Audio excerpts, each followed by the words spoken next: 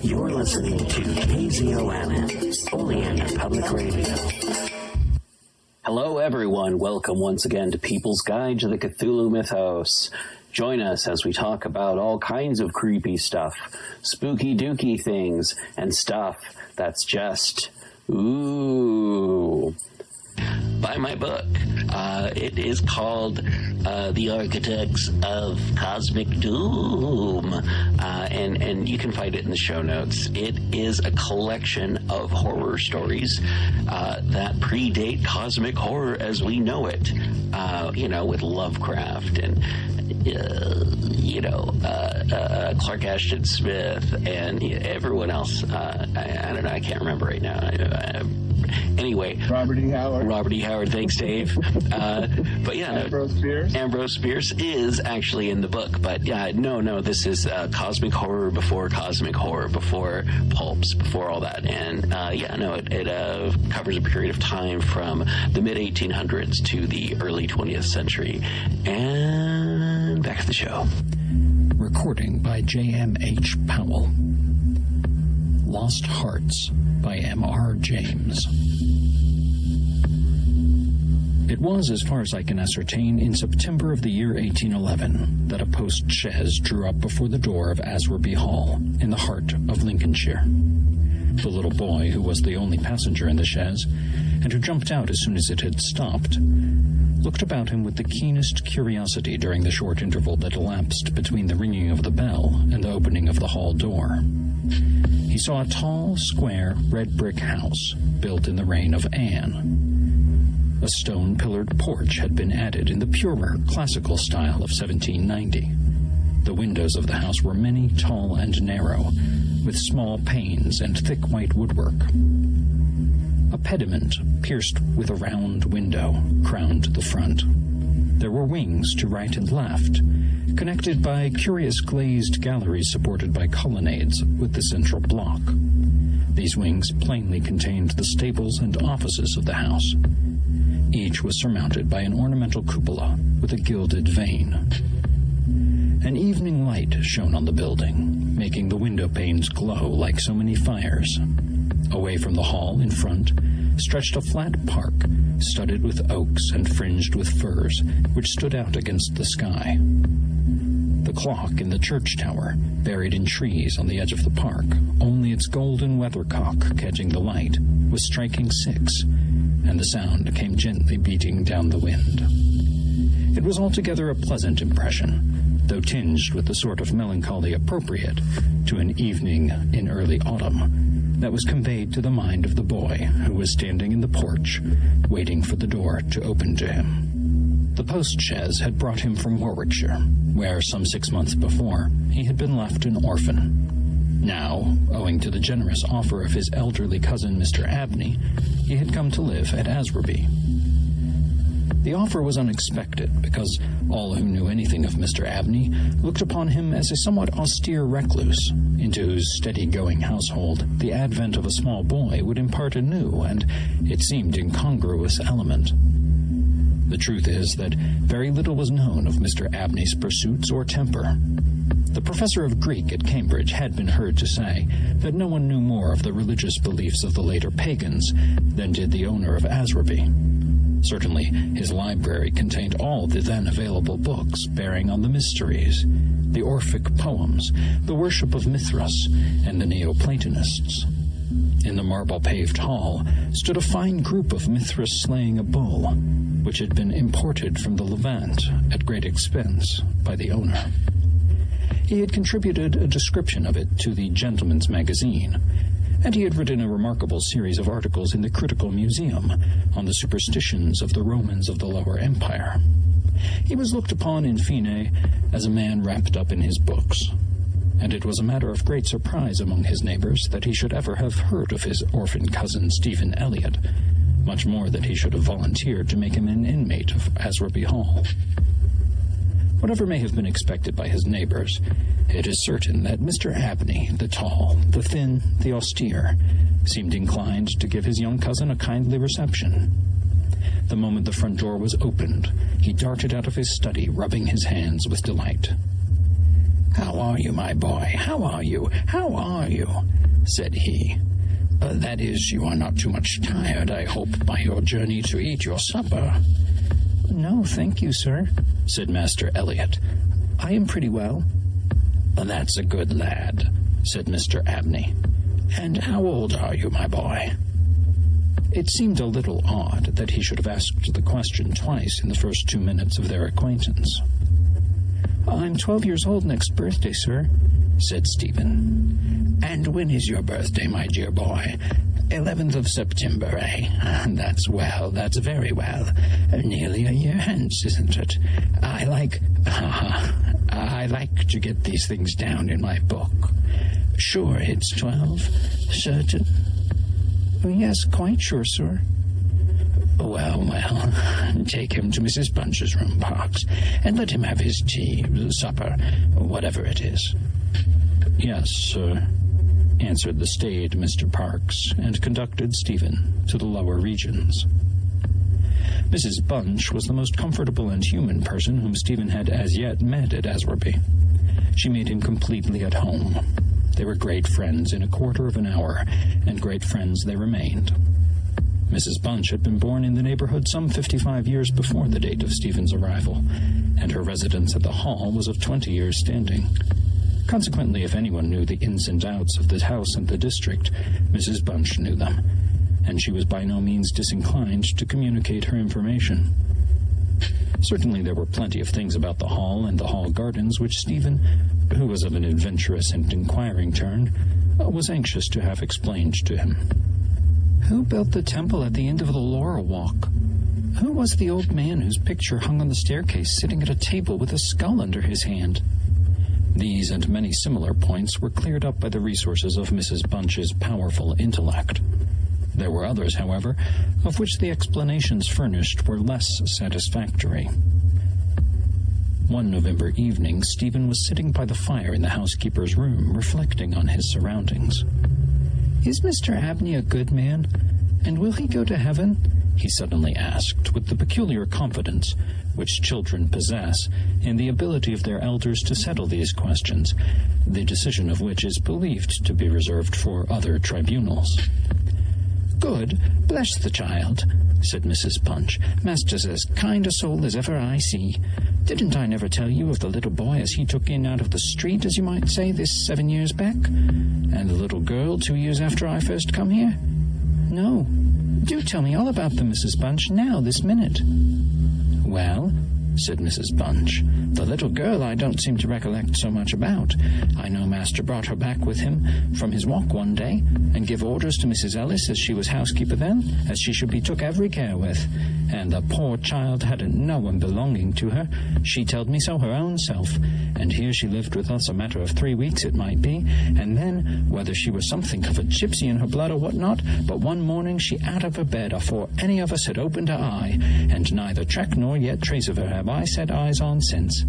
Master was wonderful put about, and had all the ponds dragged, but it's my belief she was had away by them gypsies, for there was singing round the house for as much as an hour the night she went, and Parks, he declare as he heard them a-calling in the woods all that afternoon. Dear, dear, a odd child she was, so silent in her ways and all, but I was wonderful taken up with her, so domesticated she was. Surprising." "And what about the little boy?" said Stephen. "Ah, that poor boy," sighed Mrs. Bunch. "He were a foreigner. Jevony he called hisself, and he come a-tweaking his hurdy-gurdy round and about the drive one winter day, and Master had him in that minute, and asked all about where he came from, and how old he was, and how he made his way, and where was his relatives, and all as kind as heart could wish. But it went the same way with him. They're a unruly lot, them foreign nations, I do suppose, and he was off one fine morning just the same as the girl. Why he went and what he done was our question for as much as a year after, for he never took his hurdy-gurdy, and there it lays on the shelf." The remainder of the evening was spent by Stephen in miscellaneous cross-examination of Mrs. Bunch, and in efforts to extract a tune from the hurdy-gurdy. That night he had a curious dream. At the end of the passage at the top of the house in which his bedroom was situated, there was an old, disused bathroom. It was kept locked, but the upper half of the door was glazed, and since the muslin curtains which used to hang there had long been gone, you could look in and see the lead-lined bath affixed to the wall on the right hand, with its head towards the window. On the night of which I am speaking, Stephen Elliott found himself, as he thought, looking through the glazed door. The moon was shining through the window, and he was gazing at a figure which lay in the bath. His description of what he saw reminds me of what I once beheld myself in the famous vaults of St. Michan's Church in Dublin, which possesses the horrid property of preserving corpses from decay for centuries. A figure, inexpressibly thin and pathetic, of a dusty leaden color, enveloped in a shroud-like garment, the thin lips crooked into a faint and dreadful smile, the hands pressed tightly over the region of the heart. As he looked upon it, a distant, almost inaudible moan seemed to issue from its lips, and the arms began to stir. The terror of the sight forced Stephen backwards, and he awoke to the fact that he was indeed standing on the cold, boarded floor of the passage in the full light of the moon. With a courage which I do not think can be common among boys of his age, he went to the door of the bathroom to ascertain if the figure of his dreams were really there. It was not, and he went back to bed. Mrs. Bunch was much impressed next morning by his story, and went so far as to replace the muslin curtain over the glazed door of the bathroom. Mr. Abney, moreover, to whom he confided his experiences at breakfast, was greatly interested, and made notes of the matter in what he called his book. The spring equinox was approaching, as Mr. Abney frequently reminded his cousin, adding that this had always been considered by the ancients to be a critical time for the young, that Stephen would do well to take care of himself, and to shut his bedroom window at night, and that Censorinus had some valuable remarks on the subject. Two incidents that occurred about this time made an impression upon Stephen's mind. The first was after an unusually uneasy and oppressed night that he had passed, though he could not recall any particular dream that he had had. The following evening, Mrs. Bunch was occupying herself in mending his nightgown. "Gracious me, Master Stephen," she broke forth rather irritably. "How do you manage to tear your nightdress all to flinders this way? Look here, sir, what trouble you do give to poor servants that have to darn and mend after you." There was indeed a most destructive and apparently wanton series of slits or scorings in the garment, which would undoubtedly require a skillful needle to make good. They were confined to the left side of the chest, long, parallel slits about 6 inches in length, some of them not quite piercing the texture of the linen. Stephen could only express his entire ignorance of their origin. He was sure they were not there the night before. "But," he said, "Mrs. Bunch, they are just the same as the scratches on the outside of my bedroom door, and I'm sure I never had anything to do with making them." Mrs. Bunch gazed at him open-mouthed, then snatched up a candle, departed hastily from the room, and was heard making her way upstairs. In a few minutes she came down. "Well," she said, "Master Stephen, it's a funny thing to me how them marks and scratches can come there. Too high up for any cat or dog to have made 'em, much less a rat. For all the world like a Chinaman's fingernails, as my uncle in the tea trade used to tell us of when we was girls together. I wouldn't say nothing to Master, not if I was you, Master Stephen, my dear. And just turn the key of the door when you go to your bed." "I always do, Mrs. Bunch, as soon as I've said my prayers." "Ah, that's a good child. Always say your prayers, and then no one can't hurt you." Herewith Mrs. Bunch addressed herself to mending the injured nightgown, with intervals of meditation, until bedtime. This was on a Friday night in March, 1812.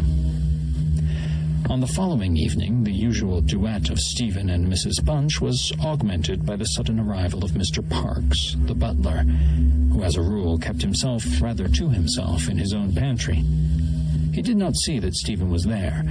He was, moreover, flustered and less slow of speech than was his wont. "Master may get up his own wine if he likes of an evening," was his first remark. "Either I do it in the daytime or not at all, Mrs. Bunch. I don't know what it may be. Very like it's the rats, or the wind got into the cellars. But I'm not so young as I was, and I can't go through with it as I have done."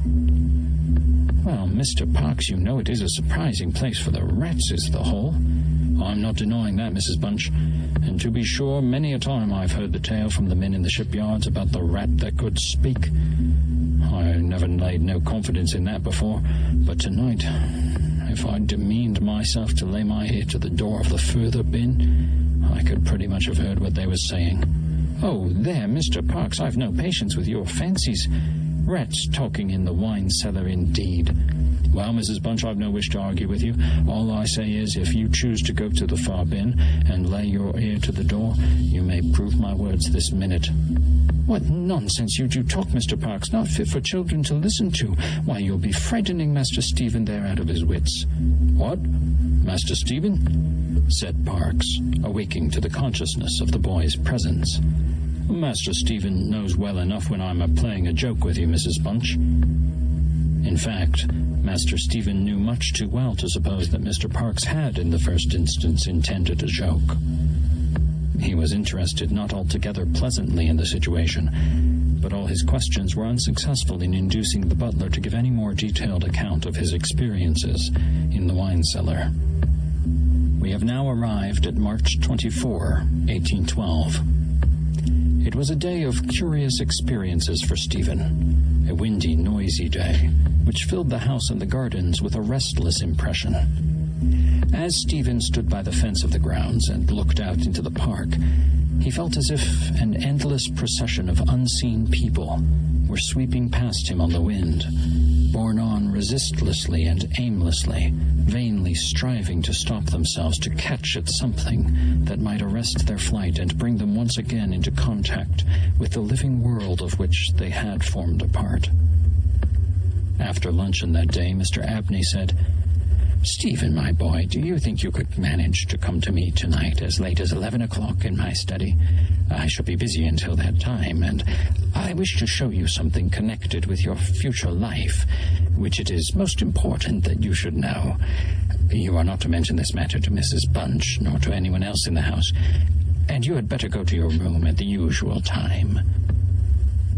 Here was a new excitement added to life. Stephen eagerly grasped at the opportunity of sitting up till 11 o'clock. He looked in at the library door on his way upstairs that evening and saw a brazier, which he had often noticed in the corner of the room, moved out before the fire. An old silver-gilt cup stood on the table filled with red wine, and some written sheets of paper lay near it. Mr. Abney was sprinkling some incense on the brazier from a round silver box as Stephen passed, but did not seem to notice his step. The wind had fallen, and there was a still night and a full moon. At about 10 o'clock, Stephen was standing at the open window of his bedroom looking out over the country.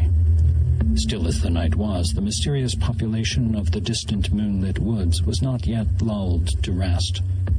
From time to time, strange cries, as of lost and despairing wanderers, sounded from across the mere. They might be the notes of owls or water birds, yet they did not quite resemble either sound. Were not they coming nearer? Now they sounded from the nearer side of the water, and in a few moments they seemed to be floating about among the shrubberies.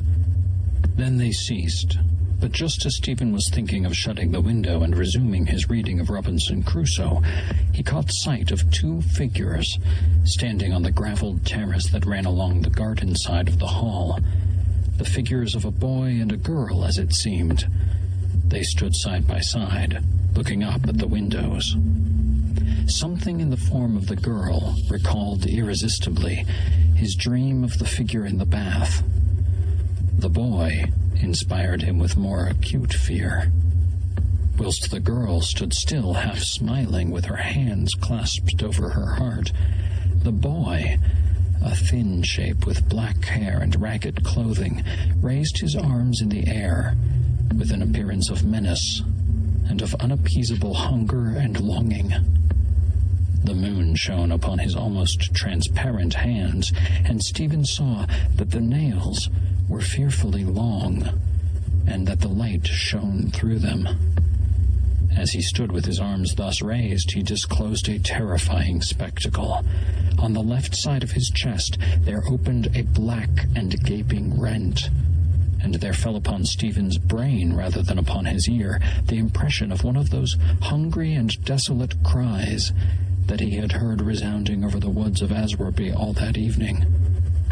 In another moment, this dreadful pair had moved swiftly and noiselessly over the dry gravel, and he saw them no more. Inexpressibly frightened as he was, he determined to take his candle and go down to Mr. Abney's study, for the hour appointed for their meeting was near at hand. The study or library opened out of the front hall on one side, and Stephen, urged on by his terrors, did not take long in getting there. To effect an entrance was not so easy. It was not locked, he felt sure, for the key was on the outside of the door as usual. His repeated knocks produced no answer. Mr. Abney was engaged. He was speaking. What? Why did he try to cry out? And why was the cry choked in his throat? Had he, too, seen the mysterious children? But now everything was quiet, and the door yielded to Stephen's terrified and frantic pushing. On the table in Mr. Abney's study, certain papers were found, which explained the situation to Stephen Elliott when he was of an age to understand them. The most important sentences were as follows. It was a belief very strongly and generally held by the ancients, of whose wisdom in these matters I have had such experience as induces me to place confidence in their assertions, that by enacting certain processes, which to us moderns have something of a barbaric complexion, a very remarkable enlightenment of the spiritual faculties in man may be attained. That, for example, by absorbing the personalities of a certain number of his fellow creatures, an individual may gain a complete ascendancy over those orders of spiritual beings which control the elemental forces of our universe. It is recorded of Simon Magus that he was able to fly in the air, to become invisible, or to assume any form he pleased, by the agency of the soul of a boy, whom, to use the libellous phrase employed by the author of the Clementine Recognitions, he had murdered. I find it set down, moreover, with considerable detail in the writings of Hermes Trismegistus, that similar happy results may be produced by the absorption of the hearts of not less than 3 human beings below the age of 21 years. To the testing of the truth of this receipt I have devoted the greater part of the last 20 years, selecting as the corpora vilia of my experiment such persons as could conveniently be removed without occasioning a sensible gap in society. The first step I effected by the removal of one Phoebe Stanley, a girl of gypsy extraction, on March 24, 1792. The second by the removal of a wandering Italian lad named Giovanni Paoli, on the night of March 23, 1805. The final victim, to employ a word repugnant in the highest degree to my feelings, must be my cousin, Stephen Elliott. His day must be this March 24, 1812. The best means of effecting the required absorption is to remove the heart from the living subject, to reduce it to ashes, and to mingle them with about a pint of some red wine, preferably port. The remains of the first 2 subjects, at least, it will be well to conceal. A disused bathroom or wine cellar will be found convenient for such a purpose. Some annoyance may be experienced from the psychic portion of the subjects, which popular language dignifies with the name of ghosts. But the man of philosophic temperament, to whom alone the experiment is appropriate, will be little prone to attach importance to the feeble efforts of these beings to wreak their vengeance on him. I contemplate with the liveliest satisfaction the enlarged and emancipated existence which the experiment, if successful, will confer on me, not only placing me beyond the reach of human justice, so-called, but eliminating to a great extent the prospect of death itself. Mr. Abney was found in his chair, his head thrown back, his face stamped with an expression of rage, fright, and mortal pain. In his left side was a terrible lacerated wound, exposing the heart. There was no blood on his hands, and a long knife that lay on the table was perfectly clean. A savage wildcat might have inflicted the injuries. The window of the study was open, and it was the opinion of the coroner that Mr. Abney had met his death by the agency of some wild creature. But Stephen Elliott's study of the papers I have quoted led him to a very different conclusion.